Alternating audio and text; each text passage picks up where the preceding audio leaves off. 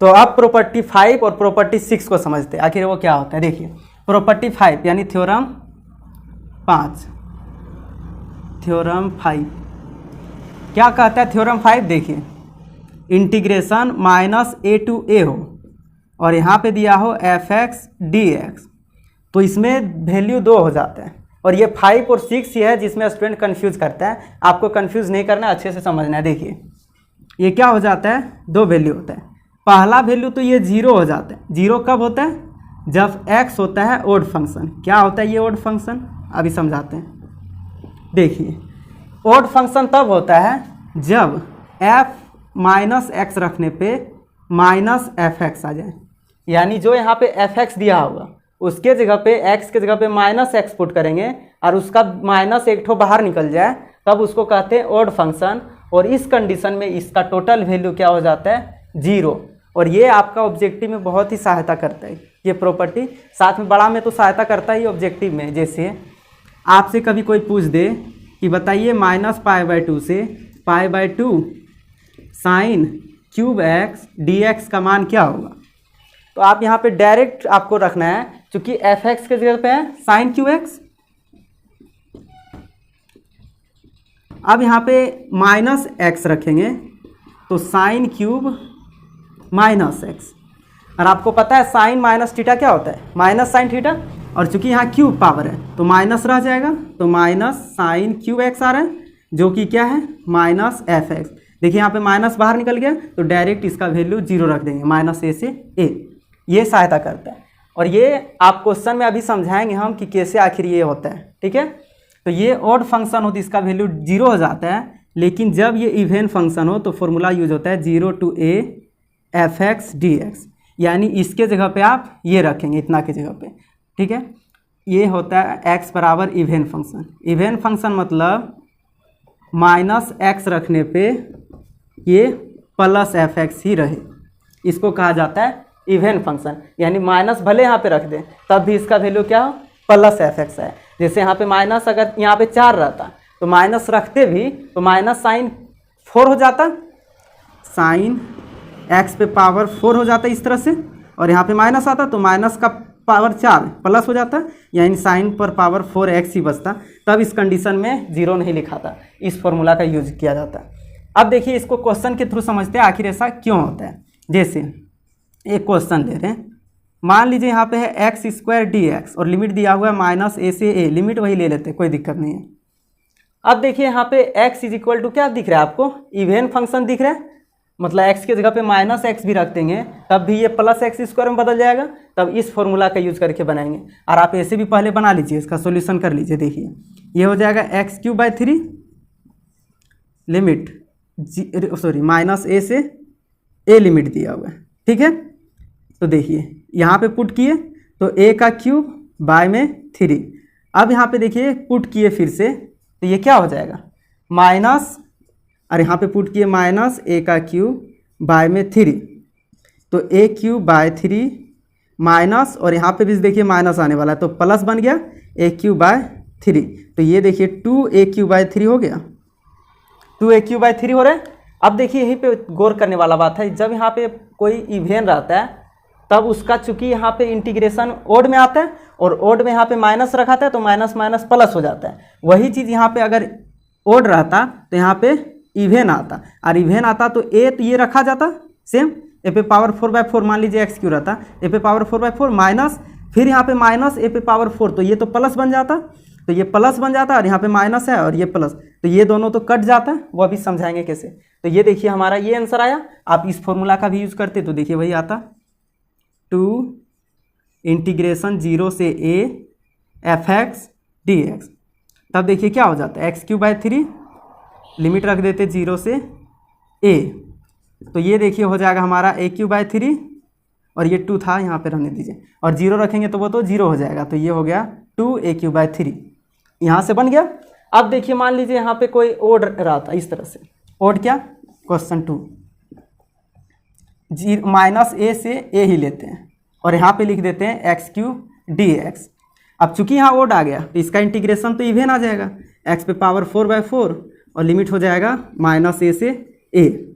तो देखिए ए पुट करेंगे तो ए पे पावर 4/4, बीच में माइनस, अब माइनस ए पे पावर 4 बाय में 4, तो देखिए ए पे पावर 4 बाय में 4, माइनस का भी पावर यहाँ सम है तो वो प्लस में ही बदल जाएगा, तो ए पे पावर 4/4, देखिए दोनों है ना सेम, बट एक में माइनस एक में प्लस, तो बन के क्या हो गया 0। इसलिए यहाँ पे ओड फंक्शन हो तो इसका वैल्यू 0 हो जाता है, यानी ये 2 मान हो जाता है, क्योंकि यहाँ पे माइनस ए था यहाँ पे प्लस ए था, इसलिए ये हुआ है। ठीक है, अब देखिए थ्योरम 6 को समझते हैं। उससे पहले आप इसको नोट कीजिए, उसके बाद 6 थ्योरम में भी कुछ क्वेश्चन लेकर के उसको ख़त्म करते हैं।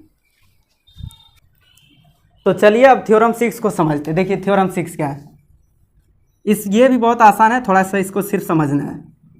देखिए इसमें क्या दिया रहेगा आपको, 0 से 2a fx dx, इस चीज़ का ही ध्यान रखना है कि क्या किस में यूज होता है। इसमें भी 2 वैल्यू हो जाता है, कब, एक तो वैल्यू 0 हो जाता है जब x = हो ओड फंक्शन, लेकिन पिछले आप 5वें में देखे थे थ्योरम में -a से a लिमिट था ना, जब दोनों लिमिट को जोड़ेंगे तब 0 हो जाता है कि नहीं, तो 0 में x को घटा सकते थे, तो 0 में से x को घटाया, तो यानी कि इसको हम डायरेक्ट f-x लिखते, लेकिन इसमें क्या हो रहा है 0 से 2a है, तो दोनों को जब जोड़ेंगे लिमिट 2a + 0 तो 2a ही बचेगा, तो इसमें चेक करते समय 2a - x का यूज करेंगे, यानी 0 तब होगा जब f2a - x बराबर होगा -fx, मतलब लिमिट को जोड़ करके x को माइनस करके यहाँ पुट करना है। इसमें भी वही किए थे, ये हो गया 0, 0 में से x घटाएंगे तो -x बचेगा, इसलिए डायरेक्ट -x पुट कर दिए थे। इसमें f2a - x पुट करेंगे और -fx यदि आ गया तब उसका वैल्यू 0 हो जाता है, और वही formula same 0 to a limit fx dx होगा जब f2a - x, ये तब होता है f2a - x + fx आ जाए। ठीक है, इसका एक एग्जांपल लेते हैं और इसको फिर ख़त्म करते हैं। जैसे देखिए क्वेश्चन, इंटीग्रेशन ले लिए 0 to कुछ भी ले लेते हैं, उससे क्या दिक्कत है, पाई ले लेते हैं। ठीक है, 0 to पाई लिए, अब यहाँ पे ले लिए हम cos x dx। अब इसको आपको वैल्यू बताना है, तो पहले नॉर्मली तरीके से निकाल लेते हैं। कोस का इंटीग्रेशन होता है साइन, लिमिट क्या दिया हुआ है 0 to पाई, तो यहाँ पुट किए तो साइन पाई माइनस साइन 0, इसका वैल्यू देखिए साइन पाई का वैल्यू 0, साइन 0 का भी वैल्यू 0 होता है, यानी इसका वैल्यू 0 आ गया। अब इस प्रॉपर्टी का यूज़ करने का ट्राई कीजिए, मतलब क्या किए 0 to पाई को जोड़ के x को माइनस के, यानी fx हमारे पास क्या है cos x, इसके जगह पे पाई - x पुट किए तो cos पाई - x। अब cos पाई - x ये तो सेकेंड क्वाड्रेंट में इसका वैल्यू माइनस होता है, तो ये हो गया -cos x जो कि -fx हो रहा है। देखिए तब इसका वैल्यू हम डायरेक्ट चाहे तो 0 लिख सकते थे कि नहीं, इस प्रॉपर्टी से -fx आ गया तो इसका वैल्यू 0 हो गया। ठीक है, अब बोलेंगे कि यहाँ पे 2a आपको कहाँ दिख रहा है, तो 2a देखिए बहुत आसानी तरीके से दिख रहा है, 2 से गुना कर दिए 2 से भाग कर दिए, तो 2 π/2 नहीं हुआ, तो 2a हो गया। और यही इस फॉर्मूला का यूज करेंगे अगर यहाँ पे रहता कोई इवन फंक्शन, जैसे मान लीजिए यहाँ पे दूसरा क्वेश्चन ले लेते हैं, यहीं पे इसके जगह पे यही रहता हमारा साइन x। ठीक है, तब देखिए क्या आता, fx के जगह पे साइड में पहले पुट कर लेते हैं पाई -x, ये एक तरह से 2a - x ही है, 2 से गुना 2 से भागा। ठीक है, यानी यहाँ 2 से गुना 2 से भागा करेंगे तो 2a हो गया कि नहीं, तो 2a - x पुट कर रहे हैं, तो साइन पाई -x, और sine pi -x second quadrant में है, और सेकेंड क्वाड्रेंट में इसका वैल्यू प्लस होता है, तो यहाँ पे साइन x ही आने वाला है, तो देखिए यहाँ प्लस fx आ गया, तो किसका यूज़ करेंगे इस फॉर्मूला का, यानी इसके जगह पे हम डायरेक्ट लिख सकते हैं 0 to a के जगह पे π/2।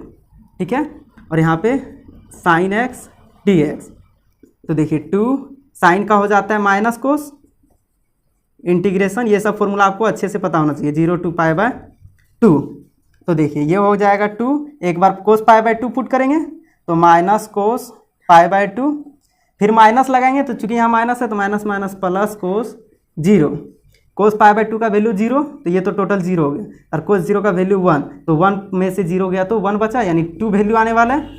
आप यहाँ से भी वैल्यू निकाल के देखिए 2 ही आने वाला है। यहाँ से साइन का हो जाता माइनस कोस, और लिमिट कहाँ से कहाँ तक रखते 0 to पाई, 0 टू पाई, क्योंकि 2 से 2 खत्म, तो कोस पाई रखते और फिर माइनस माइनस प्लस कोस 0 हो जाता। कोस पाई का वैल्यू होता है -1, तो यहाँ पे माइनस माइनस प्लस 1, कोस 0 का 1, 1 1 2 आ जाता। तो इसलिए ये प्रॉपर्टी का यूज किया जाता है। आपको सिर्फ चेक करना है और इसको भी याद रखना कितना आसान है कि लिमिट को जोड़ करके ही x को घटाते हैं अंदर में। यहाँ पे भी वही किए थे प्रॉपर्टी 5 में, ये दोनों को जोड़े चूँकि 0 हो गया तो सिर्फ -x बचा। तो ये हो गया आपका टोटल 6 थ्योरम। यानी और इसमें जो एक्स्ट्रा जो थ्योरम आता है वो जो मैं बोल रहा था कि किसी बुक में 8 होता है, वो क्या होता है देखिए समझिए। वो क्या करता है कि a से b एक लिमिट fx प्लस gx और यहाँ पे दे दे dx, वो कहता है कि लिमिट को अलग अलग किया जा सकता है। ये तो आपको भी पता होगा कि दोनों को अलग अलग कर ही सकते हैं। ये लिखता है एक प्रॉपर्टी, देखिए ये 7 का हो गया, ये लिखता है। और एक प्रॉपर्टी क्या लिखता है, 0 to a fx dx बराबर 0 to a f a minus x dx। ये हम प्रॉपर्टी 4 में लिखा ही चुके हैं कि लिमिट को जोड़ करके x को माइनस किया जा सकता है। उसमें a से b लिखे थे, इसमें भी वही यूज हो रहा है कि नहीं। देखिए a से 0 जोड़ेंगे तो a ही बचेगा, a में x को घटा दिए। तो ये 2 थ्योरम जो है आप ऐसे भी उससे याद रख सकते हैं, और ये तो आपको बस याद रखना है लिमिट जोड़ के x को माइनस करना। तो ये आपका टोटल प्रॉपर्टी खत्म हो गया। और ये डेफिनिट प्रॉपर्टी एक तरह से बहुत ही इंपॉर्टेंट है। बहुत सारे क्वेश्चन तो ऑब्जेक्टिव का ऐसे ही बन जाता है इस प्रॉपर्टी का, यानी 5 और 6 और ज़्यादातर 4 का यूज करके।